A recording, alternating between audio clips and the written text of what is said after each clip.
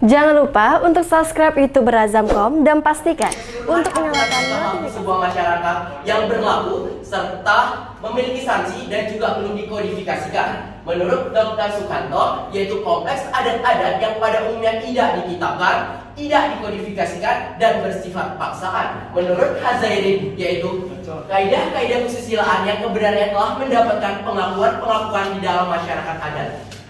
Lanjut kita kepada sumber hukum. Sumber hukum terbagi menjadi tiga. Yang pertama sumber pengenalan, yang kedua sumber isi, dan yang ketiga sumber pengingat. Sumber pengenalan adalah apa yang sebenarnya terlaksana masyarakat di pergaulan hukum, baik perilaku maupun tingkah laku yang dilakukan sekali maupun berulang kali. Yang kedua adalah sumber isi, merupakan kesadaran hukum yang ada dan hidup di tengah masyarakat adat setempat. Dan yang terakhir adalah sumber pengingat, yaitu rasa malu yang timbul akibatnya berfungsinya nilai yang ada di dalam masyarakat adat tersebut. Lanjut kita kepada unsur hukum adat. Unsur hukum adat terbagi menjadi dua. Yang pertama sumber intelektual, yang kedua sumber material. Kita masuk pada sumber material, yaitu menandakan bahwa di dalam hukum adat terdapat kebiasaan maupun tingkah laku yang tetap dan dilakukan secara berulang. Yang kedua adalah sumber intelektual, yaitu menandakan bahwa di dalam hukum adat terdapat kebiasaan yang mana kelompok masyarakat memiliki kepercayaan akan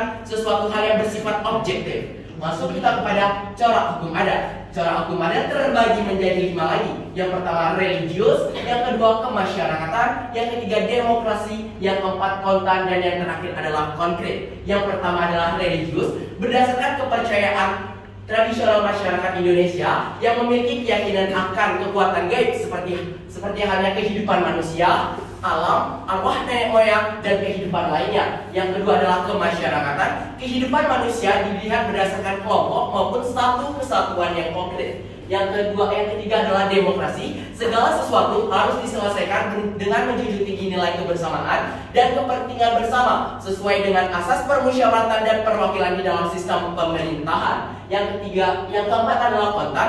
Peralihan hak dan kewajiban dilakukan secara bersama dan serentak, bertujuan untuk menjaga keseimbangan di pergaulan hukum di tengah masyarakat adat setempat.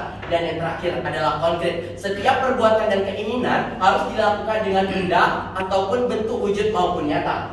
Lanjut, dasar berlakunya hukum adat ada 3. Sosiologis, filosofis, yuridis. Sosiologis yaitu berlakunya semata-mata karena kemauan dan paksaan dari masyarakat itu sendiri. Yang kedua adalah filosofis. Mereka berpendapat bahwa kaidah-kaidah dalam hukum adat sesuai dengan pandangan hidup mereka. Yang terakhir adalah yuridis. Terdapat dalam pasal 18B ayat 2 yang berbunyi, negara mengakui dan menghormati kesatuan-kesatuan masyarakat hukum adat beserta hak-hak tradisionalnya sepanjang hidup dan sesuai dengan perkembangan masyarakat dan prinsip-prinsip negara kesatuan Republik Indonesia di dalam peraturan undang-undang.